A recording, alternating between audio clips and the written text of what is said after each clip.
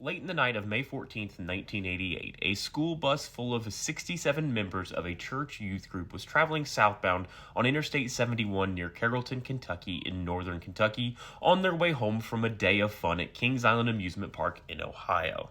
At the exact same time, Larry Mahoney, who was driving a 1987 black Toyota pickup truck, was traveling northbound in the southbound lanes while heavily intoxicated. At 10:55 p.m., the front passenger side of the truck hit the front passenger side of the bus in a head-on collision. When the collision occurred, it broke the suspension of the bus, which shoved it back into the unprotected gas tank directly behind the stairwell for the front entrance of the bus. As soon as that happened, a fire occurred in the gas tank and began to spread upward into the bus.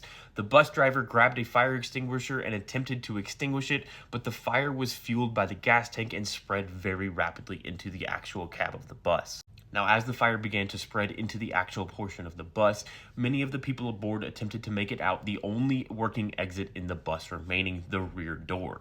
The problem was the gap between the back two seats was only 12 inches wide, so it caused a crush as all of the people attempted to get out the back. Several of the children and adult chaperones attempted to climb out the windows of the bus, but could not get the windows open and also could not break them. Only one individual would escape out the windows, a very small adult woman. Of the 67 people aboard the bus, only 40 would make it off alive, with many of them suffering from significant injuries. The remaining 27 burned alive aboard the school bus, including the bus driver, who sacrificed his life in an attempt to save as many children as he could. Almost no one was injured in the initial crash. Everyone else died of burns and smoke inhalation aboard the bus. The driver of the pickup truck that was driving the wrong way down the interstate suffered injuries in the crash, and when his blood alcohol content was taken 2 hours after the crash, it was still at 0.24, which at the time the legal limit was 0.10.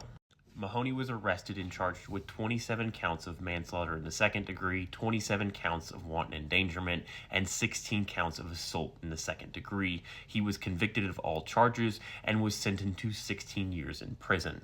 While in prison, they reduced his sentence by 6 years for good behavior, and after 6 years, he was offered parole but denied it, electing to serve out his sentence instead. This particular bus crash is the third deadliest bus crash in U.S. history and the single deadliest drunk driving accident in U.S. history.